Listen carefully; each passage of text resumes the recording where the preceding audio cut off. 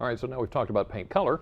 Let's talk about the painting itself. Yeah, Brian Spiro stopped by Rommel's Ace Hardware in Cambridge to get some tips from the experts when it comes to the kind of paint and accessories you should be using. If you're looking to get some painting done in your home, this is the time of year to do it. Spring is definitely our biggest paint season. You get a lot of people who are just getting out, the nicer weather. Also, the temperature is advantageous. You can't paint if it's too cold or too warm.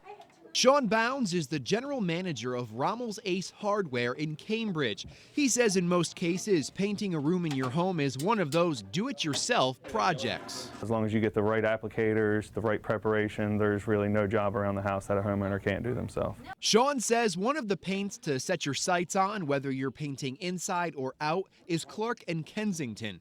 Exclusive to Rommel's Ace Hardware, it came out last year and has several benefits. First, it's a paint and primer in one and is 100% latex. You're eliminating the priming stage. Just on regular drywall, you can paint one coat, then come back once it's dry with a second coat, and you've eliminated the initial priming stage. Shaun says the Clark Kensington paint also has what's called microbead technology.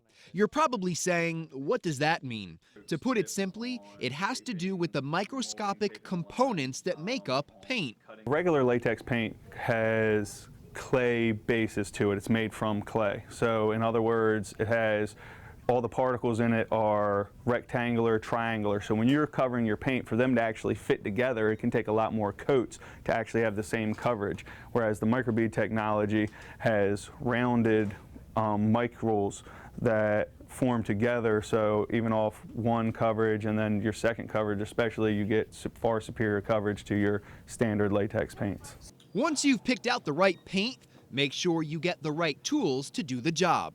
I strongly recommend using a nice brush.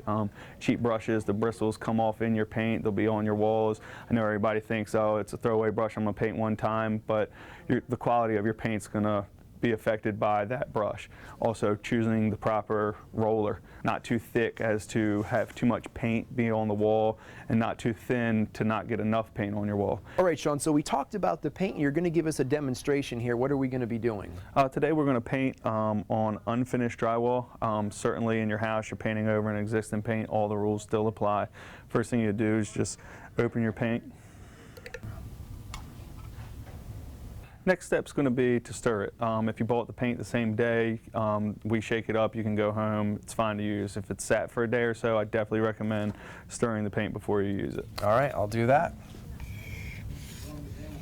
All right, so this is all mixed. What's the next step here in the process? Next step, you're going to pour it into your tray. Make sure you get a tray liner so you don't ruin your tray. Next thing we're going to do is actual painting. We're going to show cutting in.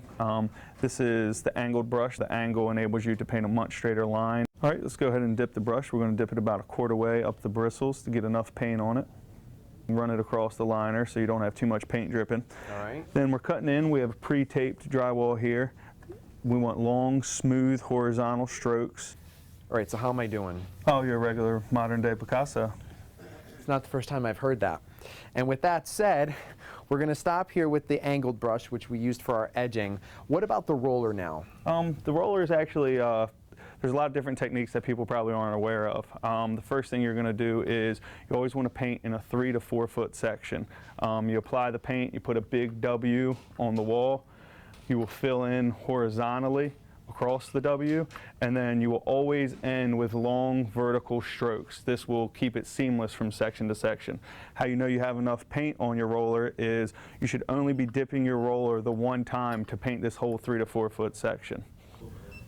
So now that I've finished that, we have a finished product over here, the finished wall. Talk to me about dry times. The Clark Kensington paint dries the touch in about a half an hour. You need to allow approximately an hour to 2 before you would apply another coat, and at least 2 full weeks before you would try to wash the wall. If choosing one or more colors for a room is overwhelming for you, these color cards at Rommel's Ace Hardware can help you decide on accent colors. They actually show you in a room set up with the different colors, with the complementary colors with it as well, to give you a much better idea of what it could look like in an actual scenario instead of just being on a flat piece of paper. Finally, Shaun adds it's important for homeowners to choose the right sheen depending on the surface they're painting and know the square footage of the area you'll be working on. That will ensure you buy enough paint to get the job done.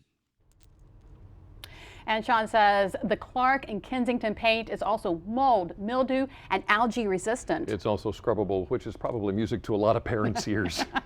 Absolutely.